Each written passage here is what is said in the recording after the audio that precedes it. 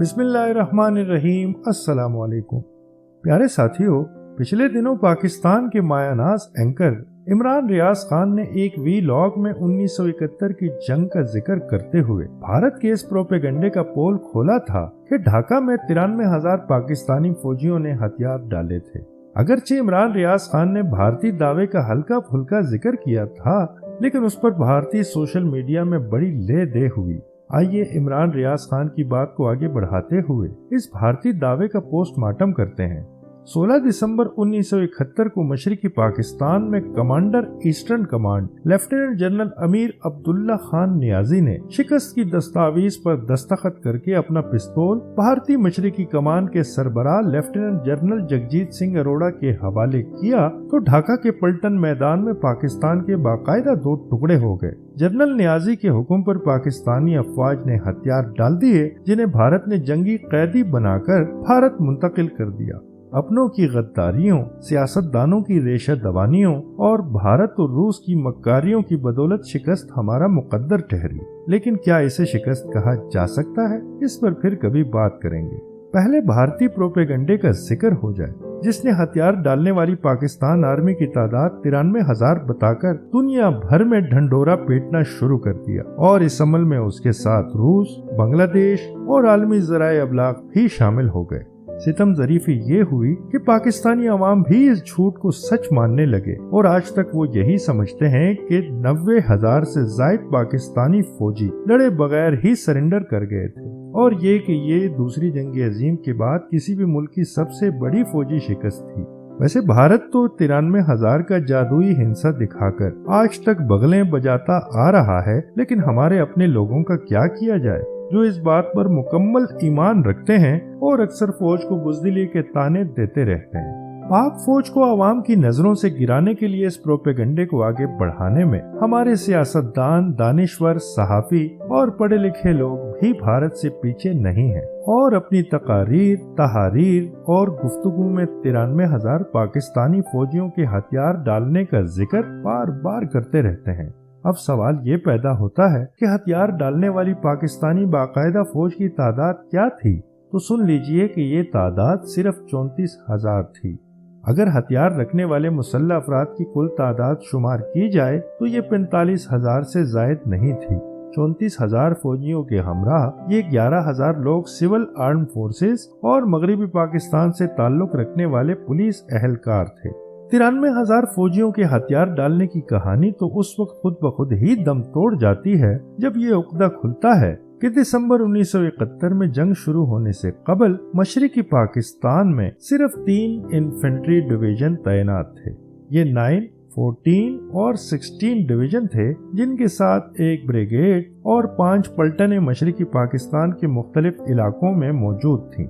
مارچ 1971 میں مشرقی پاکستان میں صرف ایک ہی ڈویژن یعنی 14 ڈویژن خدمات سر انجام دے رہا تھا۔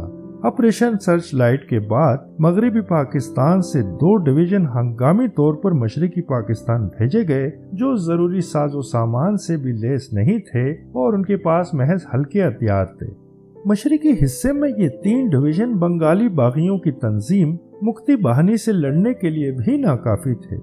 کجا یہ کہ بھارت کی سرحدوں پر تعینات 12 ڈویژنوں سے مقابلہ کیا جاتا، جو فضائی اور بحری قوت کے ساتھ اور بھی خطرناک ہو گئے تھے۔ بہرحال 16 دسمبر 1971 کا دن ہمارے مقدر میں لکھ دیا گیا تھا۔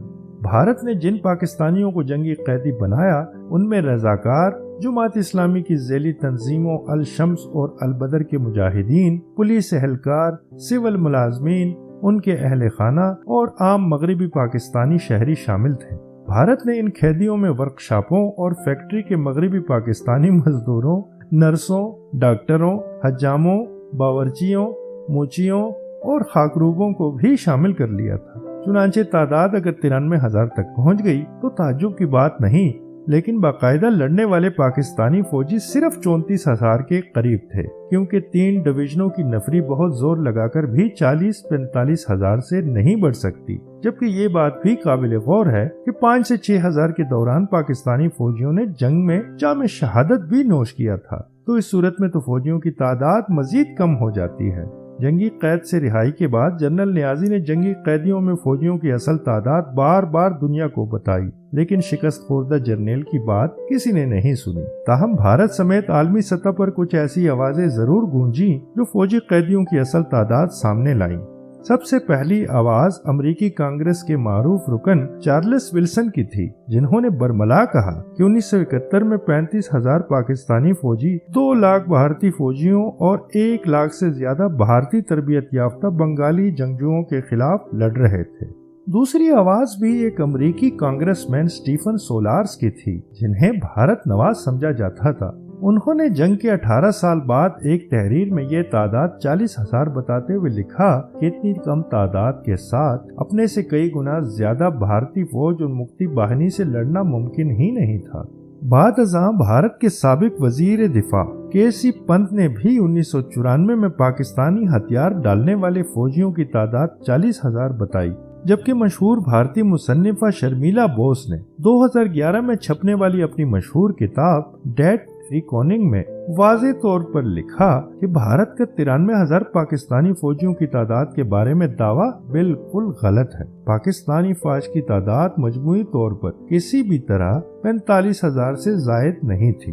یہ ایک المیہ ہے کہ جنگ کی کوریج کرنے والے غیر ملکی نامہ نگاروں کی اکثریت نے بھی بھارتی دعووں کو بے بنیاد قرار دیا، لیکن ہمارے ہاں وہی سچ مان لیا گیا جو بھارت نے کہا یا ویکیپیڈیا پر موجود پایا گیا۔ پاکستانیوں کی غلط فہمی سب سے پہلے 1971 میں پاک فضائیہ کے سربراہ رہنے والے ایئر مارشل رحیم خان نے دور کرنے کی کوشش کرتے ہوئے کہا کہ ہتھیار ڈالنے والے فوجیوں کی اصل تعداد 34,000 سے زیادہ نہیں تھی۔ اسی طرح ایئر مارشل ذوالفقار علی خان نے بھی قوم کو بتایا کہ 34,000 فوجیوں میں پولیس اور نیم فوجی دستوں کو شامل کر کے بھی یہ تعداد 45,000 سے زیادہ نہیں تھی۔ ISI کے سابق سربراہ جنرل اختر عبد الرحمان شہید نے بھی اس تعداد کو 34,000 ہی بتایا، لیکن بھارتی پروپیگنڈے میں دم تھا، اس لیے پاکستانی 93,000 کا ہنسا قبول کر کے اسے ذہن پر سوار کیے ہوئے ہیں۔ اگرچہ شکست ہوتی ہے، چاہے 34,000 فوجیوں نے ہی ہتھیار ڈالے تھے، تاہم بھارتی پروپیگنڈے کا توڑ بھی ضروری ہے۔ ہم اس بات کو کیوں تسلیم کریں جو کبھی ہوئی نہیں تھی؟ آج بھی بھارتی سوشل میڈیا صارفین پاکستانیوں کو سقوط ڈھاکہ کے موقع پر لی گئی جنرل نیازی کی تصویر شیئر کر کے 93,000 فوجیوں کے سرنڈر کی کہانی سنا کر چڑھاتے ہیں، لیکن حقیقت بہرحال چھپ نہیں سکتی۔ یہ ہماری نئی نسل کا فرض ہے کہ وہ بھارتی پروپیگنڈے کے اثر سے باہر نکلے اور اس سیاسی شکست کے اسباب کا کھوج لگائے جسے بدقسمتی سے فوجی شکست میں تبدیل کر دیا گیا تھا۔